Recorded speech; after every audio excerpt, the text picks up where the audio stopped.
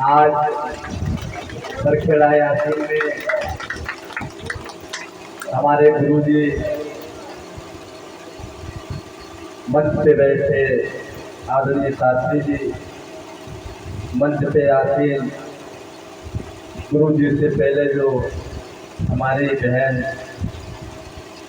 कथा का श्रवण गुरु करा रही थी, मंच पे आसीन हमारे ढोलक वादक, चिमटा वादक, हमारे सामने बैठे पिता तुल्य बुजुर्गों, नौजवान साथियों, हमारे सामने बैठे माँ और बहनें, प्रिय बच्चों,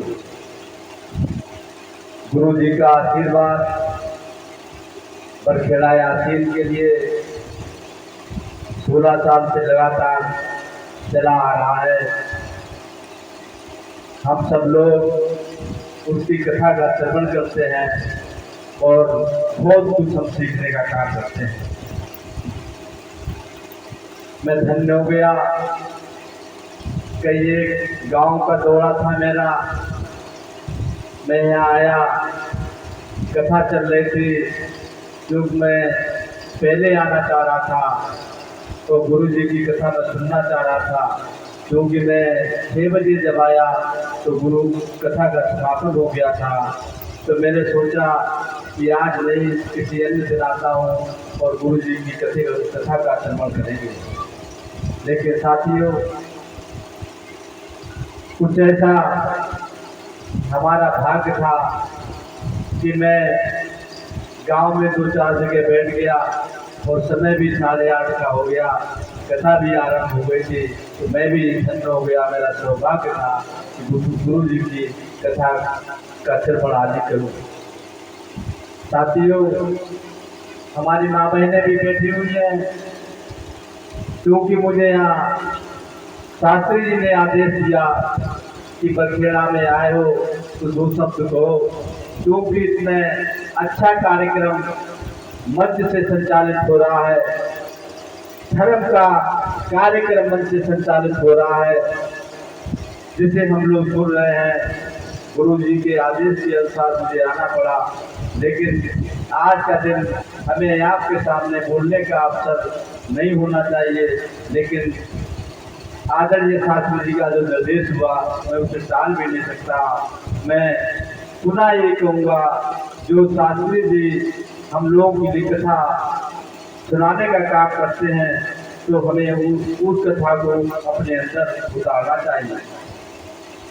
पूर्व में कैसे हमारे देश में महापुरुष, हमारे भगवान देवता लोग थे, उनने कैसे कैसे क्या किया, किस प्रकार से सामाजिक स्तर पे हमें उन्हीं के पद पे चलना चाहिए। कथा का मात्र यही विषय होता है और इसे में बहुत कुछ सीखना चाहिए। मैं तो बहुत समय नहीं बैठा, गुरु जी संभवतः 3-4 दिन से कथा का कार्यक्रम यहाँ चल रहा है और संभवतः 1 हफ्ते का लगभग है, तो आप तो लोग बहुत कुछ सीखने का काम करेंगे। मैं तो अभी आधा घंटा भी नहीं हुआ, मैंने बहुत कुछ समझा। हमारी बहन जो सुना रही थी, मैंने वो भी श्रवण किया, आप लोगों ने भी श्रवण किया। मैं यहाँ आने से पहले गांव में हमारे बड़े भाई आदरणीय भगवान दास गंगवार जी के मैं बैठा था, तो कई तमाम हमारे बड़े बुजुर्ग नौजवान साथी भी बैठे थे, बात चल रही थी। तो हमारे एक साथी बोले, नाम नहीं लूँगा, हमारे दिल में रहते हैं कि हम तो घर से के साथ सुनेंगे। तो मैंने कहा था, हमेशा याद रखो, अगर घर में बैठ के आप कथा सुनेंगे तो वो कथा नहीं होगी। हमें सामने बैठ के कथा सुननी चाहिए। हम अपना समय देंगे तो जो कथा हमें दे रहे हैं, कथा जो हमें सुना रहे हैं, उनका हौसला भी बढ़ेगा, उनकी हिम्मत भी बढ़ेगी और हम बहुत कुछ उनसे सीखने का काम करेंगे, बहुत कुछ लेने का काम करेंगे। क्योंकि मुझे बहुत ज़्यादा नहीं बोलना चाहिए था। मैं गुरु जी को फिर और मंच से प्रणाम करता हूँ।